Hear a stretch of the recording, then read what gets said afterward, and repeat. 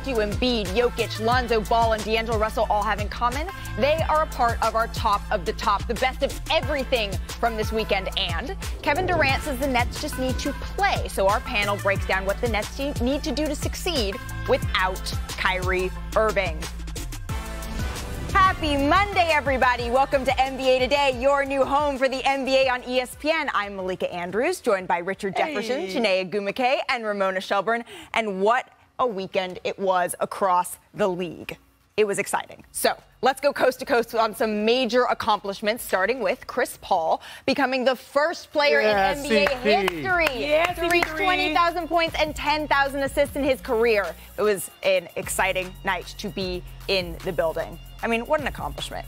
Oh, well, Chris Paul's got all of it. Chris Paul is going to have every award possible by the time it's over. Absolutely. And then we have Carmelo Anthony, who passed Moses Malone last night for 9th all-time on the scoring list. Next up for him is Shaquille O'Neal. And then we have Steph Curry with the shot. He recorded his 5,000th assist last night against the Kings. First Warrior player to do so. I feel like I had to play with more energy, I think, when I got that block. Harris, and a block from Durant, coming from a weak side. I think that ignited our team a bit, gave us some energy. Oh, Steph, is he mad at somebody? Wow. There's still a lot of room for improvement. You know, we won 3 different games, 3 different ways. Carmelo looking to become number 9 all time. He's got it! What does it mean for you to now be 9th on the all-time scoring list? I'm 19 years in, man, still passionate about the game. I'm still passionate about my craft. Here's Paul, lobbing in. Ayton oops the alley. Man, we got real pros on our team. One of my favorite locker rooms I haven't been in 17 years. Ball for Caruso, triple missile, and the Caruso show. I mean, it was the home opener, so I knew, he was going to come out with a lot of energy. What do you got, Miles Bridges? Ooh, I'll take it. Oh, man, celebration. What Chauncey's done as a player, now as a coach, picks up his first win.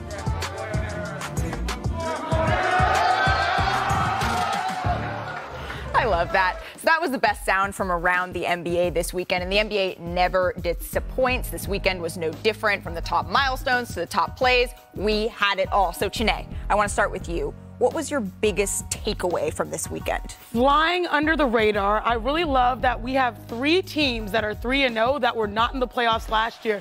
We've got the Warriors, we've got the Chicago Bulls, and we've got the Charlotte Hornets. Ooh. It's really cool to see guys go off to good starts. Richard, you have something? I have nothing to say. I was trying to remember, who was I talking about? I was like, who was I going to talk about? Was I going to talk about the Bulls, the Hornets? We should talk about the Bulls, though, because I love how when you have a balanced roster, we know Zach LaVine is the explosive scorer and the star. You have Lonzo, a distributor. I love Nikola Vucevic. And then you also have a savvy vet in DeMar DeRozan. And to see these teams that sort of took the offseason very seriously, made big moves, start off the year strong, I loved it. Okay, but if we're going to talk about the Chicago Bulls, can we talk about the 3 teams that are the 3 games that they played? They didn't play against the best competition. Nancy. It's not. Okay, I get it. I'm just setting the table. Like, don't be like, we're going to go undefeated. It's like, guys, you are beating the team that you're supposed to beat, and that's the good And their news. defenses look great. And I think they had 13 steals. But it gets harder from here. It gets harder from here, but you're doing what you're supposed to. Can we celebrate the good before we... We got good. We'll have bad cop over here. I mean, what's wrong? Okay, let me see inside for you. Let me see inside for you. Friday night, I'm watching the game with my friend up in Stanford. We were having my 20th reunion. Oh, my God. Oh, my Stanford reunion. She got 4 kids. Everybody's falling asleep on the couch. Steph Curry gets going. Yes. Oh, my goodness. Wake up. Did you see Steph Curry against the Clippers? This man, 9 and 9 in the first quarter. 25 points in the quarter. Like, this guy, it was like, wake up off the couch. I don't care how old you are. It's like, it might as well be my 5th reunion the way he was playing. Like, Steph Curry is on one to start this season. And it's really where he picked up. Did you wake up off the couch, Richard? No, I did. I'm not going to lie. Some of these games get a little bit tough when you got 2 I'm just kids, making sure. But, my biggest takeaway is when I look at, the Charlotte Hornets and what Bridges has done. All 3 of my teams. Yeah, a lot of people are going to talk about LaMelo and what he's doing, and rightfully so. But Bridges has made some very, very big jumps. And now if we want to talk about, we're talking about early first few games, maybe most improved could be in the cards for him because he has been shooting the 3 well. The athleticism is off the chart. And when you have a point guard like LaMelo, that only heightens your athleticism because he knows how to get you the ball in the right spot. So he was my most impressive player this weekend. So he sounds like he would be your MVP for this weekend. So Ramona, who would your MVP for the weekend? That would be LaMelo. Oh, my goodness. We got 48 points, team. 13 assists, 12 rebounds, 7 steals in those 3 games. Like, I knew he was good, but I didn't know that he was going to be quadruple-double. Well, and level. I mean, this guy is... He is not just good right now in terms of scoring, he's leading his team to wins. And they beat the Brooklyn Nets yesterday. Right, absolutely. And what was interesting was to hear his teammates talk about him after the game, saying maybe LaMelo last year even, he wouldn't have sat down and let some of his teammates take the lead when they got hot like they did in that game. That's another development in his game. Who is your MVP? I almost just But it's great because we have been talking about these two based on the growth that they've had, and mine is Ja Morant. Yep, there Prove you go. all the haters, Richard. Prove all the haters wrong. You're always a hater. He made history, the first Grizzlies player with 40 points and 10 assists in a game, which was awesome. Exploded versus Lakers. Oh, tough to see that missing free throw. I know. But what he's been able to do, and I'm sure we're going to dive into that a little bit later, he leads the NBA right now in 35 points per game, right there with Paul George. Talk about most improved. They're going to be some real candidates this year. Absolutely. And you guys, I mean, you mentioned it. Amazing weekend in LA for the Grizzlies and for Ja Morant. Saturday, he dropped 28 points against the Clippers. So let's take a little bit of a deeper look at that game. LeBron and the Lakers, they were looking for their first win of the season, hosting Ja Morant and the Grizzlies. So let's pull up in the third quarter. Memphis is up 1. Morant drives through the defenders. Look at this unbelievable spin layup. Take a closer look. Man, doing my boy Bays, man. That's Anthony Davis right there. It's ridiculous. Yeah, that's why he went the other direction. He was like, let me go to the other side. AD have 4 blocks in this game. I love it, Ramona. That's AD right there. Right. So later in the third, Morant, look at this. Splits the double team. Two-handed jam. I'm telling you, there. It's Westbrook. You see it and you see So the ensuing Lakers possession, here we go. Carmelo. Bucket. Drains that 3. With that bucket, that's where he passed Moses Malone for 9th all-time on the scoring list. So we're still in the third quarter here. The game is tied at 83. Morant spins. Acrobatic. Makes the scoop layup. Gets by Kent Bazemore again. It was a tough night for Baze. He had 27 points in 3 quarters. Memphis up by 3 heading into the fourth. So we have just over a minute left. Lakers are up by 1. Westbrook misses here.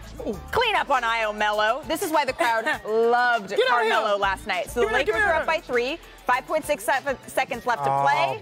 Here we go. Ja Morant goes up for the 3.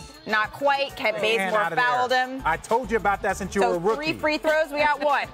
He makes it. 2. Hits again. So that's a 40th point of the night. Oh, here we go. Comes up with a 3rd. Misses it just off the backboard. It was a tough night. The Lakers win 121-118. But it was such a good game. You can see Ja's disappointed in himself there. But here's what Ja tweeted just 11 minutes after the final whistle. Failure builds character, followed by, how are you going to respond? I love that. Here was Ja after the game. I really don't care about, what I've done tonight in this game. I missed the free throw to, tie it. So it's pretty much the only thing on my mind. But I'm pretty sure those guys know at the end of the day that, I'm going to be front line and ready to go to war with them as well. Obviously, he missed a free throw, but I'm so confident when he steps up to the line there at any point in the game, especially late in the game. He's going to knock down 1 million game winners. He's a highly motivated individual from day one. This is going to continue to push him because it's all about helping his team win. So I know he's going to learn from that, get better, and be ready to go out there and knock those down in the future like he will. So Morant has been on a tear this season. And when I say tear, this is what I mean. Take a look at the numbers. He had 37 points in the season opener, followed by 28 on Saturday against the Clippers, and a 40-point double-double last night. He's averaging 35 points per game. That is tied with Paul George for the most in the NBA. And I mean, it was an incredible game. So I think we need a breakdown from both teams' perspectives. Do you guys? Let's go to the board. Let's get it. Let's go to the board. Let's go to the board. Let's talk about a little Ja. Oh, sorry. Let's talk about a little Laker. A little ashy. A little ashy. God, my bad. Listen, it's raining. Listen, it's raining in LA, so it's my fault. I didn't put on lotion. Too much moisture. But I want to talk to you about Ja. What have you seen from him so far in this early point of the season? Well, we know Ja Morant, he's amazing, with his athleticism and getting to the rim. But how do you get to unlocking that game? You knock down your three-point shot. And I want to give you guys some numbers. Here's some numbers I'm going to hit you with. His first 2 seasons, producer Greg, you gonna let me live? Oh, there. Thank you, sir. Thank you, sir. 31% from 3 for his first 2 seasons. This season, he's shooting 44%. from 3. So knocking down the outside shot, and I love Greg, by the way, y'all, has been able to help him unlock his game, and I'm going to show you exactly why. Let's run the tape. When you see a play like this that's coming up, which is truly impressive, he's dribbling. When you see a guard back up, that means they want to shoot. AD knows that this is the danger zone, the three-point line, and so he pulls up. When a post backs up, they're supposed to make sure that they're supposed to be on the three-point line and defending. But instead, once again, you go under. This is Kent Bazemore. Under a screen. They're giving it to him. They're giving it right to him, and he knocks it down. 44% from 3 so far this season, which has been truly impressive, and that unlocks his game. Now he's got you on your heels. He's knocked down some shots. You come out there, and then he attacks, and this is where we get the highlights. That's when Ja gets to be Ja. Exactly. Yeah. And this is what has helped him this season so far, his ability to be athletic and aggressive, but he knows in order to unlock his game, he has to knock down the shot, then he attacks, and then we get the highlights. But they did lose, unfortunately. Yes, but it's about growth. Look, that was a very good Laker team, and we're going to switch sides to the other side of the ball. Now, look, the Lakers have been tweaking their offense a little bit with Westbrook, and look, they're using him in the pick and roll. Now, all these plays don't end great because Anthony Davis bricks this one, but ultimately, that's what you're going to get. You're going to get Anthony Davis at the 5, and then again, they're using Russ here in the screen and roll. Look, these are great opportunities. Again, this is a turnover, but those will be cleaned up. Those things will be cleaned up, but that was the difference. They didn't play Rondo last game. That's going to help Westbrook get. Again, here, he's setting screens for AD. This is what I'm trying to show you. Yes, all of these plays didn't play great or didn't end up great, but at the end of the day, you can see the Lakers are starting to figure out how they want to use Russell Westbrook. What's the best way to get him? And then even switching up your lineups. No Rondo for him, no Rondo at all. So basically that means that Russell and Bron are the primary ball handlers, and that's just going to help with their rhythm. He looks way more comfortable, Russell Westbrook. Oh, 1,000 times more comfortable out there. I know he still had a ton of turnovers, but ultimately it's like, oh, they're going to figure this out. They're already tweaking their offense. 13 assists last night. Yes, he did. Yeah, exactly.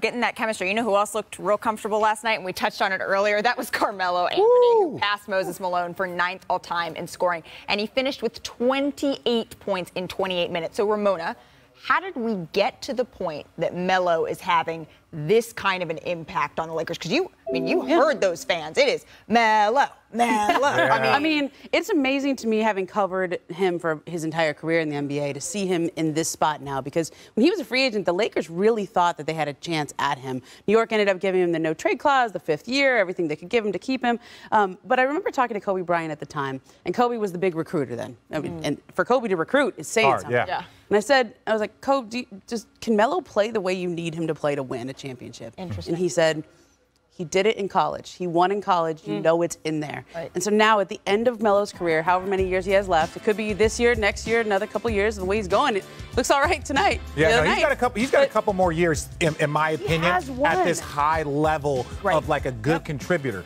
That was the biggest transition for him. Could he transition from being a starter and a superstar in this league, because he was above star, he was a superstar? Could he transition to being a high level role player and be comfortable with that? You see how quickly he's getting rid of the ball? Like, this isn't Melo out there dribbling for 10 seconds and maybe with a fall away at the end. Like, they find him and he gets rid of it. He gets that shot off. Yeah, and what I really truly love is that this is going to be the big question for the Lakers. Will all of their veteran players accept the roles that they're in? And I do think that the previous stops for Carmelo, the hiatus, has really indicated, all right, like, I can make the most of the minutes I'm out there. I'm a player that had to deal, post injuries with, coming off the bench at times, knowing that it was better for my team. Again, I played with Nneka and Candace Parker and Chelsea Gray. So I sort of knew, like, okay, if I can provide a boost playing 22 minutes on a minutes restriction, that's the best thing for the team. Carmelo has understood that. Now it's on the rest of the squad to sort of figure out their spot. And I was talking to one of their coaches, and they said, he really has brought this hunger because he's never won before. A lot of the guys in this team have won before. They're trying to get back to it, but he's never won before, and that presence has really been a good culture fit for them. Yeah, and lastly, the thing I'll say is, like, you look at the vets. Rondo was brought in just to be a veteran and a locker room voice. Because of some injuries, he got bumped up. But you don't worry about Rondo not playing. You don't worry about him because he's going to accept his role, and I think that's going to be great for this Laker chemistry in the beginning. Being a star in your role, that's going to be a key. So next up for the Lakers, they have Tuesday night in San Antonio, and the Grizzlies' next game is Wednesday in Portland. On crowd chanting, "Stand with Kyrie," in support of Kyrie Irving, who is unvaccinated, which is why he is currently not with the team. So we now welcome in Youngmisuk, who's covering the Nets for us. He was at Sunday's game in Barclays Center. And we just saw video footage, and you were there. So what was the scene like on Sunday outside of the arena? Malika, I was all up in that protest, getting out there, shooting video. And it's really kind of surreal, Malika. I think you know, having lived in New York City, this was actually a pretty diverse protest. There were old people, young people. I saw families with kids in their strollers. I saw, you know, black, white. I even saw an old Asian lady. And they were all chanting, "Stand with Kyrie," and no vaccine mandate. It really kind of only got out of hand a little bit once, where a handful of protesters tried to barge their way through the front door, and they were stopped by Barclays security. But, you know, we're going to see tonight if those protesters come back. There was actually a protest today that walked across Brooklyn Bridge for municipal workers. They were protesting the vaccine mandate. Interesting. I checked in with a Nets official, and they said that any charges, any charges would have to be brought by police. The Nets are not going to be looking into that specifically. But I am curious, how is Kyrie Irving's absence? How is that affecting Brooklyn? So, look, Steve Nash kind of gave us a warning on Friday night after they won in Philadelphia, in which they needed a triple-double from Kevin Durant and to score 16 of the final 17 points to win. He said it's not going to be pretty for a while because he is still experimenting with rotations and lineups. And then we didn't think scoring would be an issue for these Nets. Only 2 Nets scored in double figures on Sunday in their loss to Charlotte. Kevin Durant and James Harden were the only ones to score in double figures. Afterwards, Kevin Durant was asked twice if the Nets have enough to win. We definitely want Kyrie Irving out here on the floor, and he's a huge part of what we do, but it's not happening right now, so we got to figure it out. But nobody's going to lose confidence while we playing and hope Kyrie come and save us during the game. Nah, we got to play. Malika, the Nets are in the second of a 6-game homestand, of which we don't think Kyrie Irving is going to be here anytime soon. So the Nets have to figure out how they are going to play without Kyrie Irving. This feels like preseason extended for Steve Nash and his team. Interesting, Omen. You were standing in Barclays Center where they have a back-to-back the second half tonight where the Nets take on the Wizards. Thank you so much for taking some time to chat with us. We have a lot to unpack here with the Nets. Brooklyn lost that game to Charlotte and is now 1-2 on the season. So I definitely want to break this down a little bit on the court with Chiney Ogwumike and Richard Jefferson. And Richard, Chiney, you just heard Kevin Durant, and you heard him say that we're just not able to wait for Kyrie Irving. They can't sit around and wonder if and when he's going to come back. They'll just need to play, and they can't just be saved. So, yeah. Chiney, what's that going to take? Well, we know that, excuse me, Kevin Durant, when he wakes up, he's going to get a bucket. Like, that's a fact, period. Eats buckets for breakfast. Thank you. And, you know, their previous game, their last game, he was 17 for 24 from the field. You know, a productive, normal night for Kevin Durant. The question is, how is everyone else going to hold it down? And if you look, Ohm just mentioned it, like 2 guys in total in double figures. That does not work in the NBA right now. Mind you, we know that the Nets are experimenting with rotations and their rosters, sure, given that they're trying to find how to emerge out of this, you know, liminal space. But we know KD's going to show up. James Harden probably needs to do a little bit more. He's been great in Brooklyn, leading with assists and trying to get everyone else going, but we kind of need a little bit more of Houston James. Yeah. And then the supporting cast has to find their groove. No, they do. And one of the things that you look around the league, the Phoenix Suns, the Denver Nuggets, the Utah Jazz, teams that have had their normal roster, right, they're going to have like a normal kind of trajectory of how they're going to play. Same with the Milwaukee Bucks. Sure. But then when you get to the Phoenix, or when you get to the Brooklyn Nets, you get to the Los Angeles Lakers, there's a lot of turnover. There's a lot of changes. There's been some like drama, especially up there in Brooklyn. They're going to figure it out. If there's anybody that questions Kevin Durant, he was an early MVP candidate. James Harden was one of the MVP favorites in the middle of the season last year. They're going to figure it out. They got new talent. They got guys back. So it's going to take a little bit of time. I do like that we saw LaMarcus Aldridge, a good game from him as well. Yeah. Right. Like, they're going to find it, just will take some time. And he's not playing tonight. He's resting on the second half of the back-to-back. But Kevin Durant is playing. He's expected to play, is available to play, at least as of right now, for this second half. So it sounds like what you're saying is, similarly to the Lakers, this is early days. No, the LaMarcus thing is like the Carmelo. It's great to see the vets contributing at a high level. You don't need it every night, but when they give it to you. Right. Well, and similarly to Carmelo, you mentioned earlier the buy-in, right? Carmelo has not won, and that is furthering his want to be there, right? when you look at LaMarcus, what he went through last year, being forced to face retirement before he was ready, you can clearly tell that he wants to be there. This is something that he's going to be playing hard for. So another storyline from this game and the early part of the season is James Harden not getting to the free throw line as quickly and frequently as he was in previous seasons. So Harden has only attempted 9 free throws through 3 games this season. Wow. So let's put that into comparison. 3 seasons prior to this one, that's a big difference. In the same span last season, Harden already had taken 36, so 36 to 3 free throws. In 2019, it was 48. So Brooklyn head coach Steve Nash believes this is because of the new rule change on the officiating where they say overt or abrupt or abnormal non-basketball moves, that's not okay.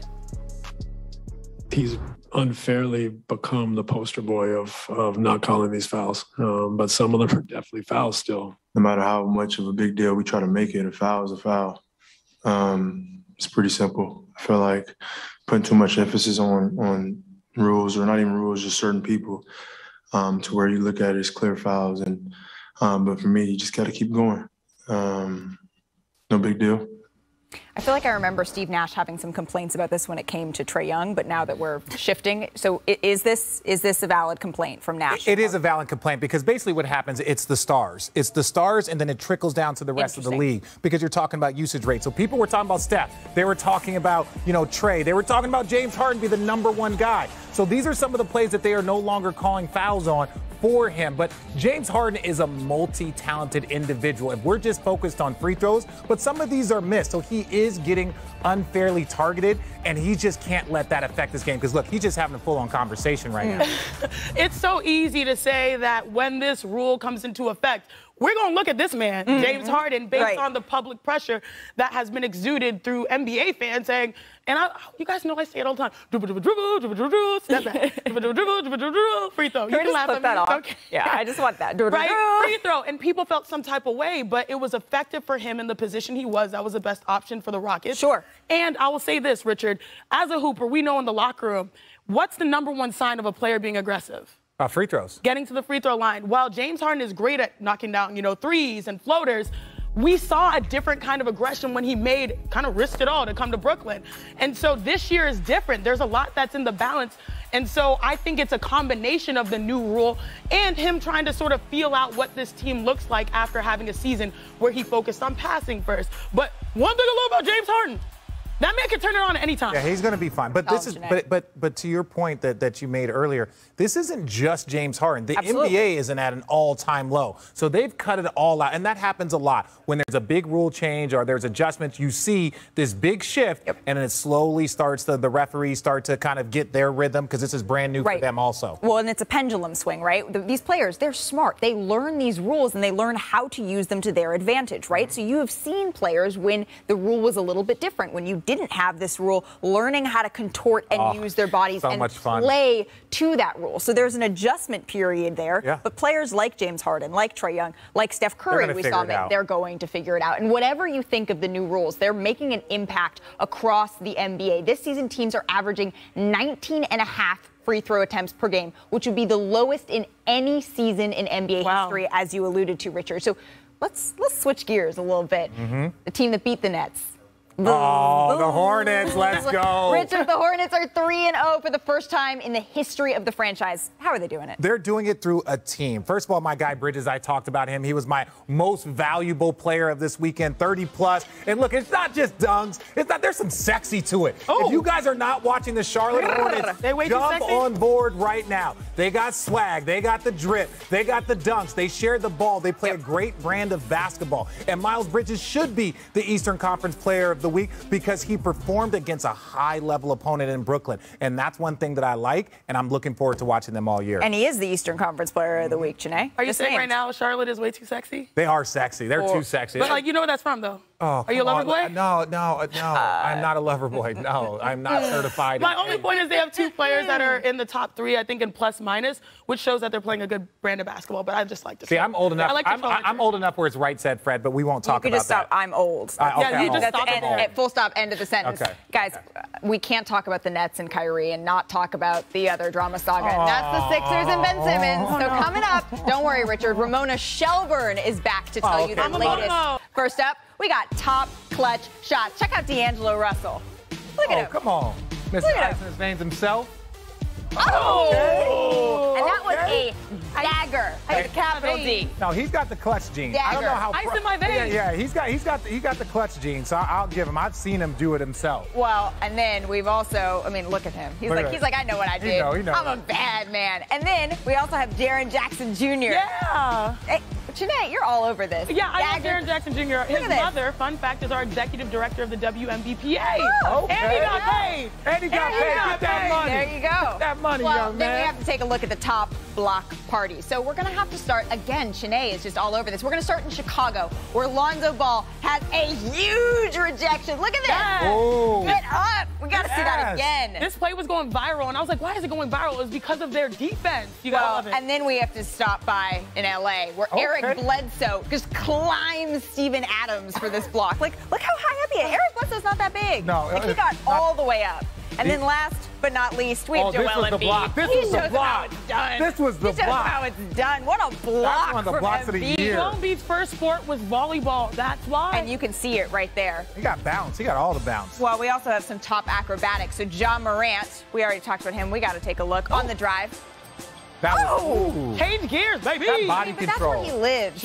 But that's what people don't understand. He's skinny, but he's strong. You know how strong you have to be to jump on one side. And we're not even talking about the crossover, my guy, Dave.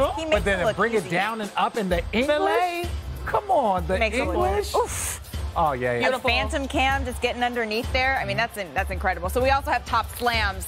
And we got to start with my favorite hairstyle. Little Rich loved this one. The fro. Jared Allen, your boy from Brooklyn. Oh, watch this. Throw it in on him. He's like, oh my God! Little Rich was like, Daddy, is that a dunk? And I'm like, yes. To Cleveland. I'm like, yes, that is a dunk. Sometimes you get up so on that one. Yeah, you get up so high, you just throw it in. You ain't got to touch the rim. That was incredible. The hair makes it better. And then we are in Chicago. Oh, what we got? We got DeMar DeRozan. Oh.